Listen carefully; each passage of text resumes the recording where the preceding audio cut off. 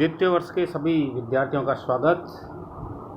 और थर्मोडायनेमिक्स के अगले पड़ाव पे बढ़ते हैं हम। ऊर्जा के बाद हम पढ़ते हैं ऊष्मा के बारे में। Heat is the amount of internal energy entering और लीविंग अ सिस्टम। किसी भी निकाय में प्रविष्ट होने वाली या उसमें से निकलने वाली आंतरिक ऊर्जा की मात्रा को हीट कहते हैं। यह सब्सटेंस के टेम्परेचर को चेंज कर सकती हैं और यह यानी कि हीट किसी भी सब्सटेंस की इंटरनल एनर्जी के समान नहीं होती हैं। Heat can be transferred by conduction, convection और radiation. Heat may be positive if thermal energy flows into the substance. अगर थर्मल एनर्जी सब्सटेंस या पदार्थ में फ्लो करती हैं तो हीट या ऊष्मा पॉजिटिव होगी, और अगर पदार्थ से थर्मल एनर्जी बाहर की तरफ फ्लो करती है तो हीट नेगेटिव होगी। हीट सदैव जूल से मापी जाती हैं, जूल से। अब आप जो हैं इस फिगर पे ध्यान दीजिए, जिसके अंदर की दो व्यक्ति खड़े हैं और दोनों के हाथ में आप नज़र डालें। एक व्यक्ति के हाथ में कॉफ़ी का मग है और दूसरे के हाथ में आइस है। तो जिस व्यक्ति के हाथ में कॉफ़ी का मग है, आप देखिए उसमें Q is less than zero. Q is less than zero कैसे? व्यक्ति के शरीर से कॉफ़ी की तरफ जो हीट फ्लो है वो ज़ीरो है, शून्य है। क्यों है? कॉफ़ी का टेम्परेचर ज़्यादा यानी कॉफ़ी की हीट ज़्यादा है, तो कॉफ़ी से शरीर में हीट का फ्लो हो रहा है। शरीर से, बॉडी से कॉफ़ी में नहीं हो रहा, तो Q is less than zero. लेकिन आइस पकड़े हुए व्यक्ति के शरीर से हीट का फ्लो आइस की तरफ होता है, तो Q इज़ ग्रेटर देन शून्य। तीसरी स्लाइड पे आवें। Units of measurement of the heat. ऊष्मा की मापने की कौन कौन सी इकाइयाँ देखें। ऊष्मा को कैलोरीज, किलो कैलोरीज, जूल अथवा BTU यूनिट के अंदर मापा जाता है। ये जो 4 यूनिट दिखाई हमने, इसमें मापा जा सकता है। A calorie is the amount of heat used to raise the temperature of 1 gram of water by 1 degree Celsius। कि 1 ग्राम पानी के ताप को 1 डिग्री सेल्सियस बढ़ाने के लिए आवश्यक ऊष्मा की मात्रा को कैलोरी कहते हैं।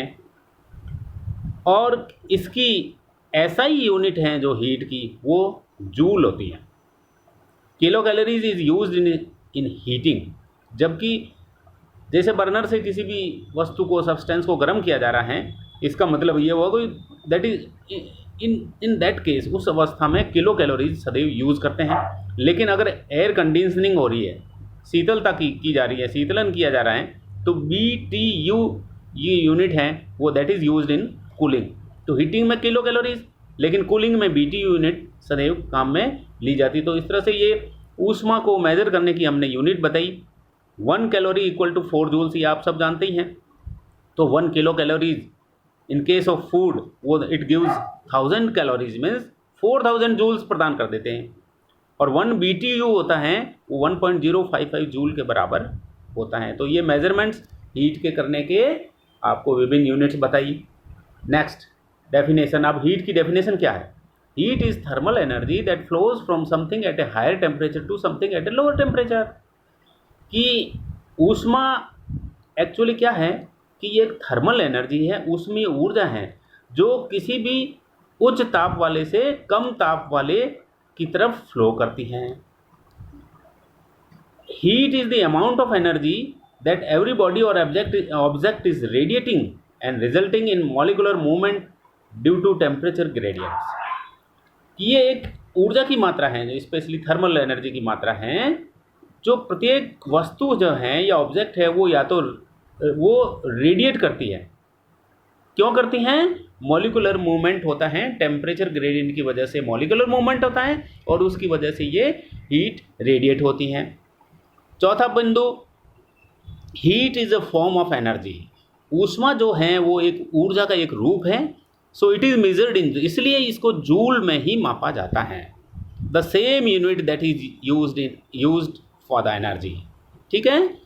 Heat always flows from warmer to cooler materials. Last इसकी डेफिनेशन की लास्ट लाइन क्या कह रही है कि ऊष्मा सदैव गर्म उष्ण जो मटेरियल होते हैं, पदार्थ होते हैं, उनसे शीतल पदार्थ की तरफ फ्लो करती है। नेक्स्ट स्लाइड देखिए, बहुत खूबसूरत तरीके से बताया गया है इसमें, आप इसको समझो। एनर्जी ऑफ हीट, ऊष्मा की जो ऊर्जा है उसके बारे में कह रहे हैं। क्या करता है? It takes heat to shape a cup. बहुत इंपॉर्टेंट बात बताइए है, it takes heat to shape a cup, कि जो हीट की जो एनर्जी है वो क्या करती है? हीट को लेती है। देखो, टू शेप ए कप, एक कप की आकृति बनाने के अंदर भी, अथवा to make a cup of tea, चाय बनाने के अंदर, तो ऊष्मा जो है उसके अंदर जो एनर्जी निहित होती है वो देखो किस तरह से काम आती है। कप को निर्मित करने में भी काम आ रही है, तो दूसरी तरफ चाय बनाने के लिए भी, टी फॉर्मेशन कॉफ़ी बनाने के लिए भी काम आती है। तो it takes heat to shape a cup और to make a cup of tea. दोनों ही हमने चित्र के द्वारा भी दिखाए हैं, तो आप इसको समझ सकते हैं चित्र को देखते ही कि कप की शेप बनाने में भी काम आ रहा है, तो कप में चाय बनाने के लिए भी हीट एनर्जी काम में आती है। नेक्स्ट पॉइंट, नेक्स्ट स्लाइड है, difference between heat and temperature. भाई ऊष्मा और ताप दोनों की बात हो गई है। ताप भी गर्म उष्णता को बताता है, टेम्परेचर और हीट भी बताता है। तो डिफरेंस क्या है? पहला point, heat is the total amount of kinetic energy available. ऊष्मा जो है उपलब्ध कुल गतिज ऊर्जा होती है, और टेम्परेचर है वो that is relative measure of the speed of the particles की रिलेटिव स्पीड को मेजर करता है। Heat is energy that moves between objects of different temperatures. वह ऊर्जा जो डिफरेंट टेम्परेचर के ऑब्जेक्ट्स के बीच में मूव करती हैं उसको हीट कहते हैं। और टेम्परेचर क्या करता है? ये जो किसी भी वस्तु की वो कितना हॉट है, गर्म है, उष्ण है, और कितना शीतल है उसको निर्धारित करता है। तो डिटरमाइन हाउ हॉट और how cold something is, and temperature and heat are not the same. ये दोनों सेम नहीं है, यानी कि आपको समझना चाहिए कि डिफरेंट होता है। तो इन बिंदुओं के आधार पे डिफरेंस समझ सकते हैं। Now what is temperature? It is the quantity that tells how warm और cold an object is with respect to some standard. किसी स्टैंडर्ड के सापेक्ष कोई भी वस्तु कितनी गर्म है, कितनी ठंडी है, उसको बताने वाली क्वांटिटी को टेम्परेचर कहते हैं। It indicates the degree of hotness और कोल्डनेस ऑफ ए बॉडी। किसी भी वस्तु की या स्थान की उष्णता तथा शीतलता की डिग्री को बताता है, दर को बताता है। The amount of heat transferred is proportional to the temperature change.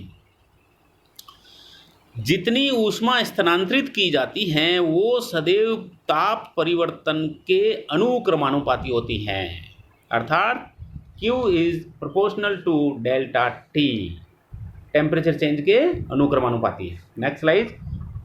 अब लेते हैं हम यूनिट्स ऑफ टेम्परेचर। टेम्परेचर की यूनिट्स क्या क्या चीज़ हैं तो वो जरा देखें। अपन नीचे ले लेते हैं इसको, फोटोग्राफ को। Temperature is measured in different scale. ताप को कई स्केल के द्वारा मापा जा सकता है। Number 1 Celsius scale. Celsius scale के द्वारा भी मापा जा सकता है। It was propose by Andrej Celsius के द्वारा दिया गया था। दूसरी, ताप को फ़ारेनहाइट स्केल के अंदर भी माप सकते हैं, और it was propose by Gabriel Fahrenheit. Gabriel Fahrenheit के द्वारा ये स्केल दी गई थी। ताप को केल्विन स्केल में भी मापा जाता है, और it was proposed by William Thomson Lord Kelvin. William Thomson Lord Kelvin ने केल्विन स्केल दिया, गैब्रियल फ़ारेनहाइट ने फ़ारेनहाइट स्केल दिया, और एंड्रियस सेल्सियस ने सेल्सियस स्केल दिया था। हमने एक फिगर दिया है बिल्कुल इसके राइट साइड में, आप देखें ज़रा। The two scales on this thermometer are Celsius and Fahrenheit. Thermometer दिखाया है जिसमें हमने दो तरह की स्केल दिखाई है। इसके अंदर आप नोट करें, दो तरह की स्केल दिखाई। एक तो फ़ारेनहाइट स्केल है, ये देखिए, और एक ये सेल्सियस की स्केल है। तो ये टेम्परेचर मेज़र करने के लिए प्रयुक्त होता है। नेक्स्ट स्लाइड में है हीट ट्रांसफ़र। अपन ने हीट की बात कर ली, हमने टेम्परेचर की बात भी कर ली। अब ये देखें जरा का हीट ट्रांसफ़र होती कैसे है। Heat transfer is the movement of the thermal energy from a warmer item to a cooler item. किसी भी गर्म से शीतल आइटम वस्तु स्थान की तरफ थर्मल एनर्जी के मूवमेंट को, गति को, उनके गमन को ऊष्मा स्थानांतरण कहते हैं। गर्म से ठंडे की तरफ जो थर्मल एनर्जी का स्थानांतरण और जो मूवमेंट है, गमन है, वो ऊष्मा स्थानांतरण कहलाता है। Heat always moves in predictable ways, predictable ways में मूव करती हैं। फ्रॉम हाई टू लो, सदैव हाई टू लो की तरफ ही मूव करेगी। Heat can be transferred in 3 ways, 3 तरीके से ट्रांसफर की जा सकती है। Number 1 conduction, number 2 convection and number 3 radiation. तीनों 3 तरीके से ट्रांसफर की जा सकती हैं। एक तो है कंडक्शन, दूसरा है कन्वेक्शन और तीसरा रेडिएशन। तो इन 3 तरीकों से हीट का transfer warmer to cooler item या बॉडी या प्लेस की तरफ होता है। नेक्स्ट स्लाइड में कंडक्शन क्या होता है भाई, कंडक्शन देखते हैं अपन। देखो खटाखट लेते हैं क्योंकि अपना काफ़ी लंबा टॉपिक है। Conduction is the transfer of thermal energy by collisions between particles of matter. Matter के पार्टिकल्स के कॉलिजन के कारण जो थर्मल एनर्जी का ट्रांसफर होता है उसको कंडक्शन कहता है। मैटर के द्रव्य के कणों का टकराहट के कारण थर्मल एनर्जी का जो ट्रांसफर होता है, स्थानांतरण होता है, उसको कंडक्शन कहते हैं। तो कंडक्शन हीट का कंडक्शन हो गया। It is also called diffusion, diffusion भी कहते हैं इसको। Occurs because particles in matter are in constant motion. और ये क्यों होता है? क्योंकि पदार्थ के कण सदैव गतिशील रहते हैं, इसलिए होता है। It takes place between objects that are in contact with each other. जो आपस में कण एक दूसरे से कांटेक्ट में होते हैं उनके बीच में होता है। और इट कंडक्शन जो है that is in solid, solid के अंदर ये होता है। It transfers heat from warmer part of the object to the cooler part. ये सब जगह वही बात है। अब जरा चित्र पे ध्यान करिए, आप फोकस करिए इस चित्र पे देखें तो आपको नजर आएगा कंडक्शन के 2 एग्जाम्पल दिए हैं। नंबर 1 एग्जाम्पल में देखो आप, conduction from hot soup two spoon. देखिए एक प्याले के अंदर सूप ले रखा हमने, गर्म होता है सूप और उसके अंदर चम्मच भी डाल रखा है। तो आप थोड़ी देर चम्मच रखने के बाद में महसूस करोगे कि सूप की जो गर्माहट है वो चम्मच में महसूस की जा सकती है। इसका मतलब सूप जो है सॉलिड चम्मच के अंदर हीट को ट्रांसफर कर रहा है। तो ये कंडक्शन हो गया, सॉलिड में ट्रांसफर हो रहा है। दूसरा एग्जांपल है conduction along a metal rod being held in a flame. मोमबत्ती है, इसके फ्लेम के अंदर कोई मेटल की रोड को हमने गर्म फ्लेम में रखा, तो थोड़ी देर में आप महसूस करोगे कि ये रॉड है वो गर्म हो जाती है। इसका मतलब कंडक्शन के द्वारा हीट का ट्रांसफर हुआ। दूसरा कन्वेक्शन। अब लीजिए कन्वेक्शन। तो कन्वेक्शन क्या है? It is transfer of heat within a liquid और गैस। लिक्विड अथवा गैस में हीट के ट्रांसफर को कन्वेक्शन कहते हैं। More energetic particles move from one place to another in it. Convection के अंदर जो ज़्यादा एनर्जेटिक पार्टिकल्स होते हैं वो एक स्थान से दूसरे स्थान की तरफ गति करते हैं। It occurs in fluids. Convection fluids में होता है। फ्लूइड्स का मतलब लिक्विड्स और gases. Particles in fluids move more easily because they are farther apart. Fluids के अंदर जो पार्टिकल्स होते हैं ज़्यादा आसानी से गति कर सकते हैं। क्यों कर सकते हैं? वो एक दूसरे से दूर ज़्यादा होते हैं। और उसके परिणाम स्वरूप क्या होगा? Fluid expands as its temperature increase. जैसे जैसे टेम्परेचर बढ़ेगा तो फ्लूइड एक्सपेंड करेगा, फैलेगा। Convection transfers heat through the movement of particles. Convection क्या करता है? हीट को पार्टिकल के मूवमेंट के द्वारा ट्रांसफ़र करता है। तो ये हमने कन्वेक्शन को पढ़ा। कन्वेक्शन मुख्यतः फ्लूइड में होता है, ठीक है। ये चीज़ आपके समझ में आ जानी चाहिए। अब इसको जरा फिगर को देखो, चित्र बड़ा सुंदर चित्र दिया है। इसका एग्जांपल का कन्वेक्शन 3 एग्जांपल दिए हमने। पहले में हमने बर्नर के ऊपर भगोनी या कोई बर्तन रखा है जिसमें पानी या कोई चीज़ रखी है। तो convection occurring in water inside a pot that is on A stove. Stove पर पॉट रखा है, कोई बर्तन जिसमें पानी है और उसको बर्नर से गर्म कर रहे हैं। तो बर्नर से आपका बर्तन गर्म हुआ और उसके अंदर पानी के अंदर उसकी हीट कन्वेक्ट हो पाई, ट्रांसफ़र हो पाई। तो फ्लूइड में ट्रांसफ़र हो रही है पानी के अंदर। दूसरा एग्जांपल, बहुत सुंदर example, convection in the atmosphere during the day, warmer air rising off the land and the cooler air sinking over the water. दिन में क्या होता है, जहाँ समुद्र के किनारों की बात है, आप देखिए वहाँ पे कि जो वार्मर एयर हैं वो गर्म हवा तो धरती से ऊपर की तरफ उठ जाती है, ऊपर चली जाती हैं, और ऊपर से ठंडी हवा जो है ओवर द वाटर के ऊपर गति करती हैं, तो ये भी कन्वेक्शन हो गया। और कन्वेक्शन इन द नाइट में क्या होगा, warmer air rising off the water, गर्म हवाएं पानी से ऊपर की तरफ बढ़ जाएगी, जबकि ठंडी हवाएं सिंकिंग ओवर द लैंड की तरफ, धरती की तरफ जो आती हैं। ये convection, heat transfer by convection. Heat transfer by convection का देखो एक बहुत सुंदर एग्जांपल, आपने ये तो देखा होगा, गुब्बारे में लोग चढ़ते हैं, प्रतियोगिताएं होती हैं, विदेशों में भी होती हैं, भारत में भी होती हैं। तो बैलून के अंदर नीचे आग लगाई जाती है और उसमें आदमी भी चढ़ते हैं और वो बलून बहुत ऊपर तक गति करता है। तो देखो क्या लिखा है, hot air rises above the cooler air in the balloon. Balloon में क्या होता है, जो गर्म हवा है वो ठंडी हवा से ऊपर की तरफ गति करती है। दैट्स व्हाट, और यही कारण है, यही वो चीज़ है, क्या है कि कन्वेक्शन है, that keeps a hot air balloon in the flight के अंदर ये गति। तो कितना सुंदर एग्जाम्पल है जिसके द्वारा कन्वेक्शन समझाया। नेक्स्ट, रेडिएशन में it is the transfer of energy by absorption और by emission by the electromagnetic waves. वैद्युत चुंबकीय तरंगों के द्वारा ऊर्जा का जो स्थानांतरण है वो रेडिएशन कहलाता है, विकिरण कहते हैं जिसको हिंदी में। ये या तो उत्सर्जन के द्वारा होता है या अवशोषण के द्वारा। Heat is transferred by radiation either through matter और थ्रू वैक्यूम ऑफ स्पेस। या तो मैटर के द्वारा रेडिएशन होता है या स्पेस में जो वैक्यूम है उसके द्वारा भी हो सकता है। The most prominent example of the heat radiation is the heat transfer from the sun to earth. सबसे प्रोमिनेंट एग्जाम्पल क्या हुआ, सूरज से पृथ्वी पर, धरती पर जो हीट आ रही हैं, रेज आ रही हैं, वो एग्जाम्पल हैं हीट के रेडिएशन के द्वारा ट्रांसफर का। Thermal radiation is a result of the random movements of the atoms and molecules in the matter. Matter में जो है मॉलिक्यूल्स और एटम्स के रैंडम मूवमेंट के द्वारा थर्मल रेडिएशन उसका एक रिजल्ट है। Since the atom and the molecules are composed of charges, molecules और एटम वो चार्जेस यानी कि आवेशों से बने होते हैं। आवेशों से में जैसे मतलब इलेक्ट्रॉन्स और proton, there movement result in the emission of the electron, और उनके जो मूवमेंट हैं, गति हैं, उसके कारण इलेक्ट्रोमैग्नेटिक रेडिएशंस हैं वो एमिट होती हैं। And that carries the energy away from the surface, और वही सरफेस से अवे एनर्जी को ले जाती हैं। Such waves can travel through space even when no matter is, जब कोई मैटर प्रेजेंट नहीं हो, द्रव्य प्रेजेंट नहीं हो, तो भी ये वेव्स ट्रेवल कर सकती हैं। Energy that is transferred by radiation is often said to be radiant energy.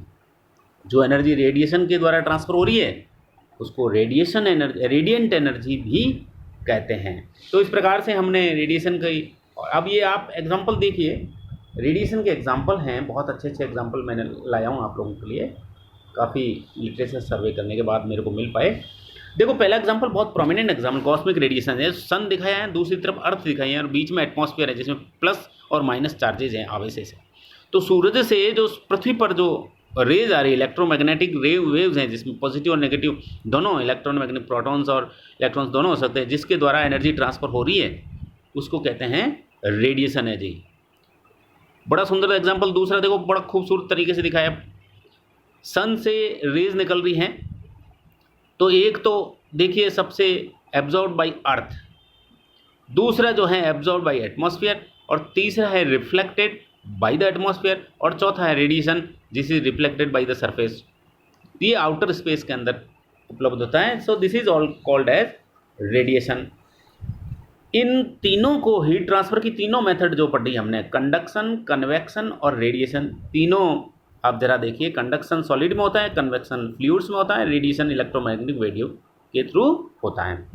एक मोमबत्ती लगाई है हमने, और मोमबत्ती के फ्लेम में सबसे राइट हैंड साइड के अंदर आप देखिए जो फ्लेम है, उस फ्लेम पे आप देखिए जरा फोकस करेंगे तो फ्लेम के अंदर किसी व्यक्ति का हाथ है और वो चम्मच को फ्लेम में रखा हुआ है, चम्मच गर्म हो रहा है फ्लेम में। तो फ्लेम की जो हीट एनर्जी ट्रांसफ़र होती है सॉलिड के थ्रू, चम्मच के थ्रू, हाथ में गर्माहट महसूस होगी, that is called as conduction. ठीक है, इसी तरह से हाथ फ्लेम के ऊपर रखा हुआ है। अब ऊपर रखा हुआ है तो मॉइस्चर इसके अंदर जो मौजूद चारों ओर जो एयर है उसमें उपस्थित मॉइस्चर वो गर्म होकर के ऊपर की तरफ वेपर के रूप में निकलेगा, तो गर्माहट महसूस होगी, that is called as convection. और तीसरी तरफ जो है हाथ बिल्कुल दूर रखा हुआ है, लेकिन जो लाइट निकल रही है, इससे वेव्स निकल रही हैं, उससे गर्माहट महसूस होगी, वो कहलाता है रेडिएशन। तो तीनों व्यू एक ही चित्र के द्वारा हमने आपको दिखाए, जिसमें तीनों एग्जाम्पल हीट के एक्सप्लेन किए जा सकते हैं transfer. So this is the type of matter जो हमने कलेक्ट किया है आप लोगों के लिए। सो रेफरेंसेस के रूप में मैंने दिया है। और लास्ट स्लाइड ये हमारे सभी द्वितीय वर्ष के बच्चों के लिए। थैंक यू, धन्यवाद।